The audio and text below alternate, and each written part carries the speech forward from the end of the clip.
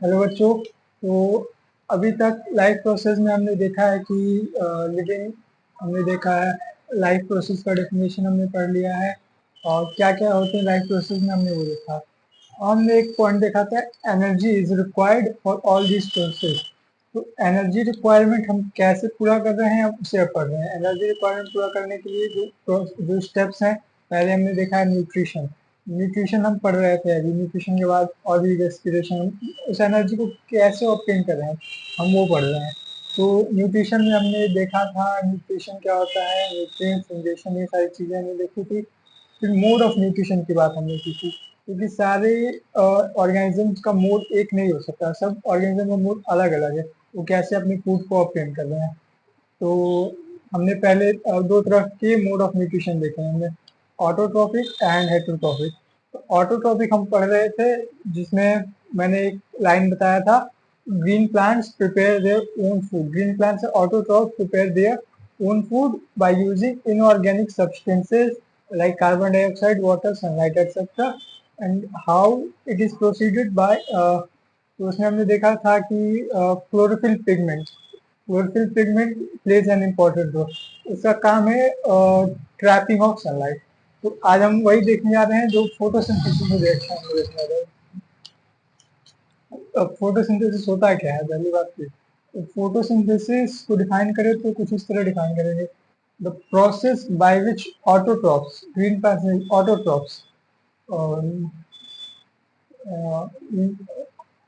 the process by which autotrophs prepare their own food by using sunlight, water and carbon dioxide etc.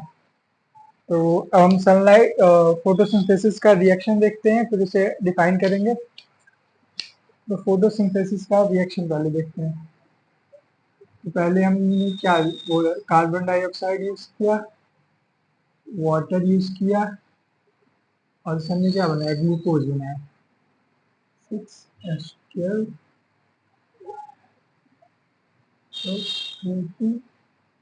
Plus H2। Balance करेंगे, ये हो गया 6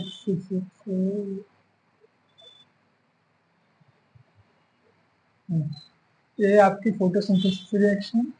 यहाँ पे लिखिए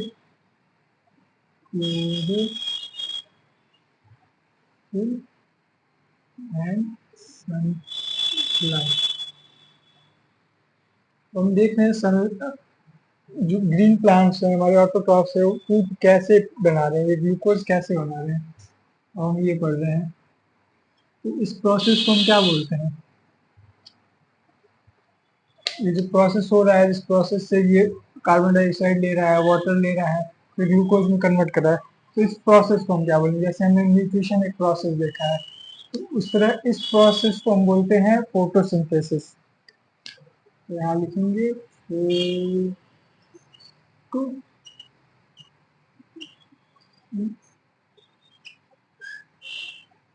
हमने फोटोसिंथेसिस पहले भी पढ़ा होगा। और हमने ये रिएक्शन देख लिया, तो अब हम बात करेंगे, जैसे यहाँ हमने यूज किया कार्बन डाइऑक्साइड, वाटर। तो अब ये वाटर का कैसे हम इस चीज़ों को एक्सट्रैक्ट कर रहे हैं, तो वाटर हम कहाँ से ले सकते हैं, वाटर हमने रूट से ले लिया, रूट से हमने वाटर ले लिया। कार्बन डाइऑक्साइड कहाँ से लेते हैं, तो कार्बन डाइऑक्साइड के लिए है स्टोमेटा।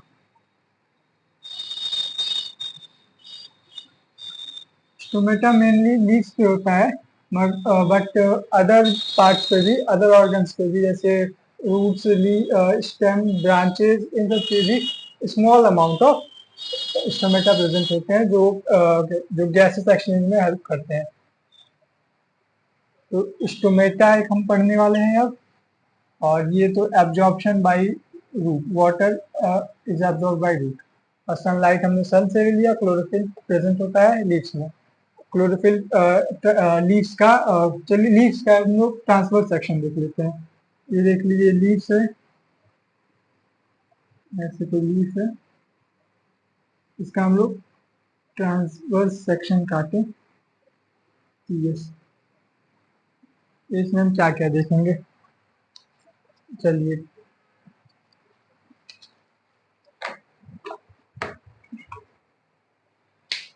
लीफ का ट्रांसफर सेक्शन देखें तो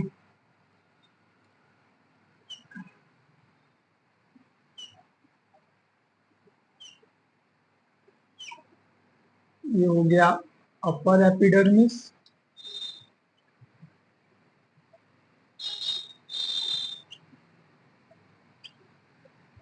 ये हो गया लोअर एपिडर्मिस।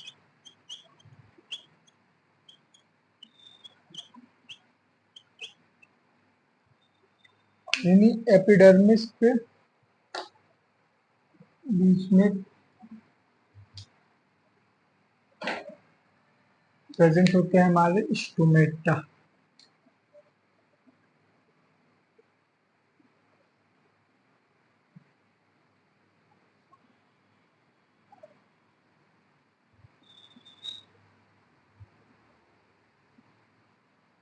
वैसे 11th में हम दो तरह के डायग्राम देखेंगे, यहाँ हम बस एक जनरल डायग्राम देखते हैं। तो ये है हमारा स्टोमेटा और ये है गार्ड सेल्स।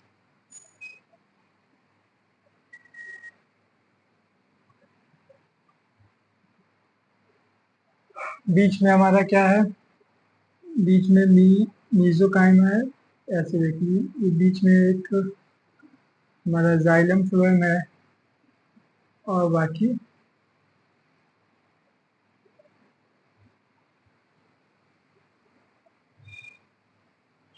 मोनोकॉट डाइकॉट में अलग अलग है, लेकिन यहाँ हम जनरल लिख रहे हैं। और इसमें प्रेजेंट होता है हमारा, यहाँ पे है हमारा क्लोरोप्लास्ट। क्लोरोप्लास्ट हो गया, एयर कैविटीज हो गए।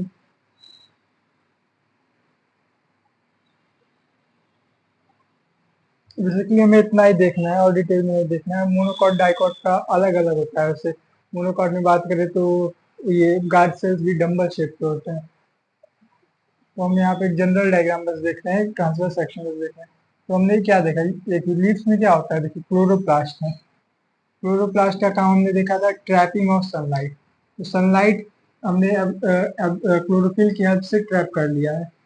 फिर बात करेंगे वाटर की, तो वाटर हमने रूट से एब्जॉर्ब कर लिया, वो जाइलम के थ्रू आ गया। लीफ का हम देख रहे हैं ट्रांसफर सेक्शन, जाइलम से आ गया हमारा वाटर, क्लोरोप्लास्ट से सनलाइट आ गया। अब क्या रिक्वायरमेंट है हमें और कार्बन डाइऑक्साइड की, तो कार्बन डाइऑक्साइड कहाँ से लेंगे, स्टोमेटा से लेते हैं। अब देखिए स्टोमेटा का काम ही है गैसियस एक्सचेंज, और इसके दो काम है, एक है गैसियस एक्सचेंज और एक है रेगुलेट ट्रांसपिरेशन, बताऊंगा बाद में। अभी यहाँ देखते हैं, ये हमारा अपर एपिडर्मिस, लोअर एपिडर्मिस, ये हमारे गार्ड सेल्स हो गए। देखिए गार्ड सेल्स ओपन और क्लोज होता है on the depending on the requirement. तो अभी हमें क्या कार्बन डाइऑक्साइड की रिक्वायरमेंट है, तो गार्ड सेल्स ओपन होगा, कार्बन डाइऑक्साइड एटमॉस्फेयर से अंदर लेगा, जाइलम से वाटर आ गया, क्लोरोप्लास्ट ने सनलाइट ट्रैप कर लिया, और तीनों से मिलकर हमारा क्या बन गया, ग्लूकोज बन गया। अब ग्लूकोज बन गया तो ग्लूकोज तो as a source of energy use कर लेंगे, लेकिन क्या होता है कि तुरंत तो सारी एनर्जी हम यूज नहीं कर लेंगे। हमारे हमने ढेर सारा एटीपी बनाया है, अगर उसे तुरंत तो हम यूज नहीं करते, उसे क्लोरोप्लास्ट का काम हमने देखा था ट्रैपिंग ऑफ सनलाइट। तो सनलाइट हमने अब क्लोरोफिल की हेल्प से ट्रैप कर लिया है। फिर बात करेंगे वाटर की, तो वाटर हमने रूट से एब्जॉर्ब कर लिया, वो जाइलम के थ्रू आ गया। लीफ का हम देख रहे हैं ट्रांसफर सेक्शन, जाइलम से आ गया हमारा वाटर, क्लोरोप्लास्ट से सनलाइट आ गया। अब क्या रिक्वायरमेंट है हमें और इस कार्बन डाइऑक्साइड की, तो कार्बन डाइऑक्साइड कहाँ से लेंगे, स्टोमेटा से लेते हैं। अब देखिए स्टोमेटा का काम ही है गैसियस एक्सचेंज, और इसके दो काम है, एक है गैसियस एक्सचेंज और एक है रेगुलेट ट्रांसपिरेशन, बताऊंगा बाद में। अभी यहाँ देखते हैं, ये हमारा अपर एपिडर्मिस, लोअर एपिडर्मिस, ये हमारे गार्ड सेल्स हो गए। देखिए गार्ड सेल्स ओपन और क्लोज होता है on the depending on the requirement. तो अभी हमें क्या कार्बन डाइऑक्साइड की रिक्वायरमेंट है, तो गार्ड सेल्स ओपन होगा, कार्बन डाइऑक्साइड एटमॉस्फेयर से अंदर लेगा, जाइलम से वाटर आ गया, क्लोरोप्लास्ट ने सनलाइट ट्रैप कर लिया और तीनों से मिलकर हमारा क्या बन गया, ग्लूकोज बन गया। अब ग्लूकोज बन गया तो ग्लूकोज तो as a source of energy use कर लेंगे, लेकिन क्या होता है कि तुरंत तो सारी एनर्जी हम यूज नहीं कर लेंगे। हमने ढेर सारा एटीपी बनाया है, अगर उसे तुरंत तो हम यूज नहीं करते, उसे फर्दर यूज के लिए भी स्टोर करके रखते हैं। तो प्लांट्स कैसे स्टोर करते हैं, तो प्लांट्स में कुछ ग्लूकोज यूज कर लिया और कुछ स्टोर करके रखे। मान लिए ये तो मान लो डे टाइम में सनलाइट उन्हें मिल रहा है, ये सारे प्रोसेस हो रहे हैं तो फूड प्रिपेयर कर रहे हैं। रात के लिए तो फूड स्टोर करके रख रहे होंगे, तो ये इसको स्टोर किस फॉर्म में करते हैं, तो ग्लूकोज को स्टोर करते हैं इन the form of starch, starch के फॉर्म में ऐसे लिखेंगे। स्टोर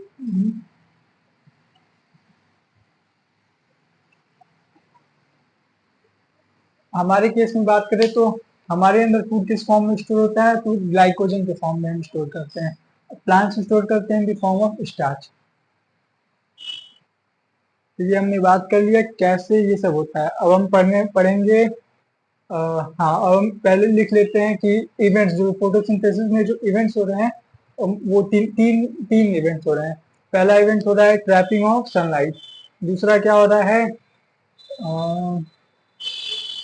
स्प्लिटिंग ऑफ वाटर, नहीं, देखिए पहले क्या हो रहा है, पहले हमने सनलाइट को ट्रैप किया। दूसरा इस सनलाइट लाइट एनर्जी को हम इस लाइट एनर्जी को केमिकल एनर्जी में कन्वर्ट कर रहे हैं। फिर क्या कर रहे हैं, फिर हम वाटर को स्प्लिट कर रहे हैं। वाटर को स्प्लिट कर लिए, अब हम एक बचा क्या है, कार्बन डाइऑक्साइड। फिर कार्बन डाइऑक्साइड का क्या कर रहे हैं, रिडक्शन करके उसे कार्बोहाइड्रेट में कन्वर्ट कर रहे हैं। तो ये प्रोसेस, ये इवेंट्स हो रहे हैं फोटोसिंथेसिस के दौरान।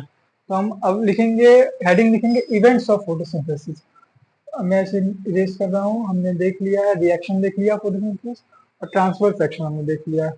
हमने ये देख लिया कार्बन डाइऑक्साइड कैसे हम लोग दे रहे हैं, क्लोरोप्लास्ट सनलाइट एब्जॉर्ब कर रहा है, और वाटर का रिक्वायरमेंट कहाँ से पूरा हो रहा है, ये सब चीज़ हमने देख लिया। तो यहाँ से ये चीज़ क्लियर होना चाहिए, और एक ये पॉइंट हमें याद होना चाहिए, stored in the form of starch. और यहीं पे हमें ये भी पॉइंट याद होना चाहिए कि इन animals it is stored in the form of glycogen.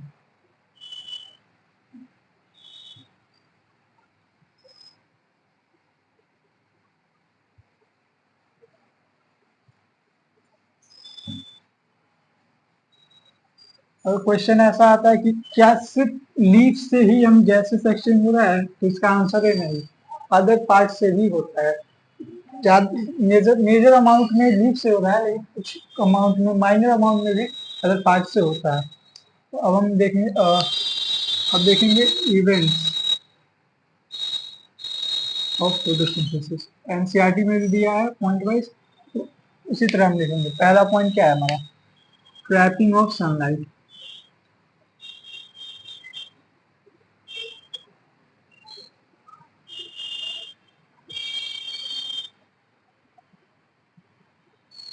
दूसरा पॉइंट क्या है हमारा, दूसरा पॉइंट है कन्वर्जन, और हमने ये लाइट एब्जॉर्ब किया, कन्वर्जन ऑफ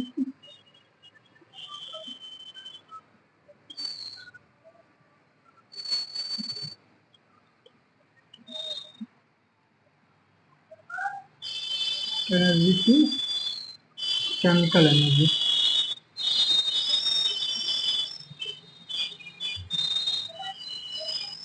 और क्या हो रहा है, एंड इसी splitting of H2O water molecules into what hydrogen and oxygen। Reaction में हमने देखा है कि वाटर को तोड़ के हमने हाइड्रोजन और ऑक्सीजन निकाला था वहां पे।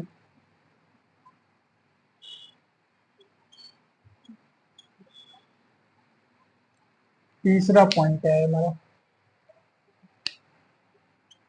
तीसरा पॉइंट है reduction of carbon dioxide into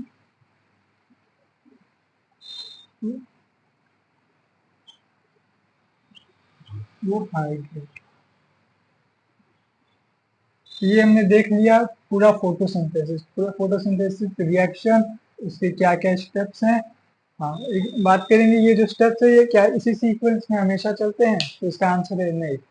अब बात करें जैसे डेजर्ट प्लांट्स की बात करें तो उनमें क्या होता है, उनमें ऐसा होता है कि वो नाइट के ड्यूरेशन में कार्बन डाइऑक्साइड एटमॉस्फेयर से लेते हैं और उसे एसिड में कन्वर्ट करते हैं। वो एसिड प्लांट में स्टोर रहता है और डे के टाइम में वो वहां से कार्बन डाइऑक्साइड यूज करते हैं, क्योंकि डे के टाइम में उसको मेटा ओपन नहीं कर सकते। क्यों? क्योंकि वहाँ डेजर्ट्स में सनलाइट लाइट इतनी तेज होती है कि वहाँ पे वाटर लॉस हो जाएगा ड्यू टू ट्रांसपीरेशन, इसलिए वो डे टाइम में उनका स्टोमेटा क्लोज रहता है और वो जो नाइट में कार्बन डाइऑक्साइड लेते हैं और उसे एसिड में कन्वर्ट करके उसे रख लेते हैं, फिर वहां से वो कार्बन डाइऑक्साइड यूज करते हैं रात में। तो उनमें एक मैं क्या बोलूँ, हम लिखते हैं उसमें अलग साइकिल चलता है।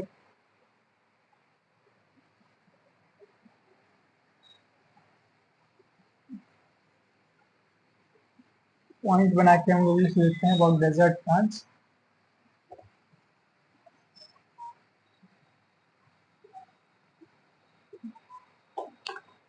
उनमें अलग तरह का मेटाबॉलिज्म होता है डेजर्ट प्लांट्स में।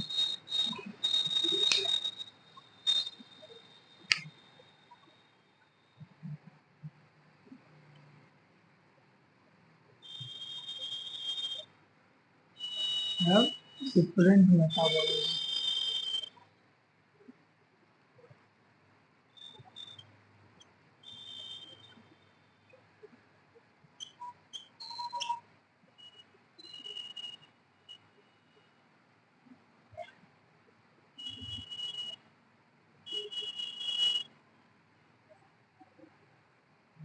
known as crassulacean.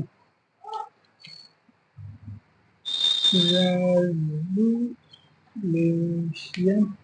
Crassulacean.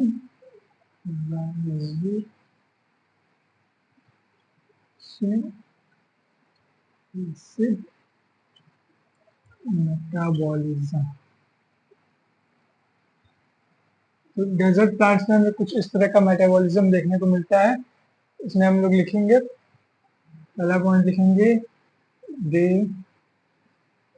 they take carbon dioxide from atmosphere.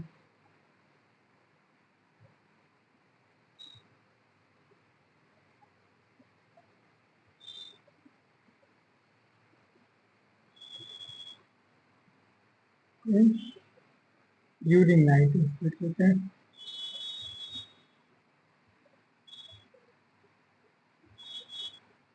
Second point मैंने बताया कि they convert this CO2 in an acid.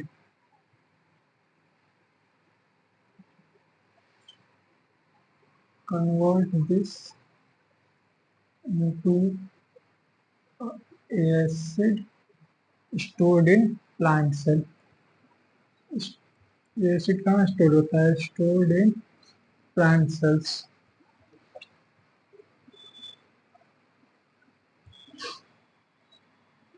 फिर क्या होता है, हमने इस एसिड को कन्वर्ट कर लिया, स्टोर कर लिया। अब डे के टाइम में जब हमारा स्टोमेटा क्लोज रहता है, हम ओपन नहीं कर सकते, डेजर्ट प्लांट्स ओपन नहीं कर सकते, तब वो स्टोर जो एसिड स्टोर है उसका यूज करके कार्बन डाइऑक्साइड एक्सट्रैक्ट करता है।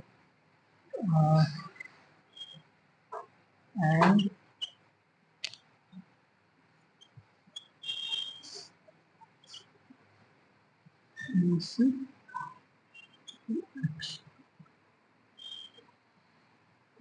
CO2 from extract this CO2। और फिर मैंने एक पॉइंट और बताया कि डे टाइम में इनका स्टोमेटा क्लोज रहता है, ऐसा कि बाकी सबका डे टाइम में ओपन रहता है, सारे फोटोसिंथेसिस डे टाइम में होता है, इनमें क्यों ऐसा है कि डे टाइम में क्लोज रखते हैं? तो इनमें इसका रीजन सिंपल सा है कि डेजर्ट आप जानते हैं कि टेम्परेचर बहुत हाई रहता है, वहाँ पे सनलाइट की इंटेंसिटी ज़्यादा होती है। तो वहाँ पे क्या होता है कि अगर स्टोमेटा डे टाइम में अगर ओपन रखे अगर प्लांट्स, तो क्या होगा कि जितने वाटर जो होगा वो वाटर लॉस हो जाएगा ड्यू टू ट्रांसपीरेशन। तो उसी को प्रिवेंट करने के लिए डे टाइम में इनका स्टोमेटा क्लोज रहता है। तो डे टाइम में क्या करते हैं, तो ये रात के टाइम में ही कार्बन डाइऑक्साइड स्टोर करके रख लेते हैं और उसको डे टाइम में यूज करते हैं।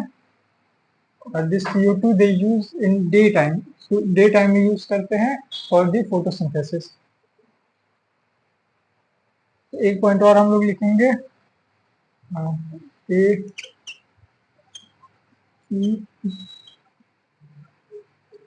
stomata close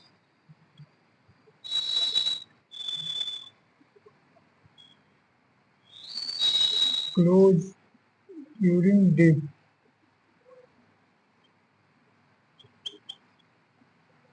To prevent transpiration.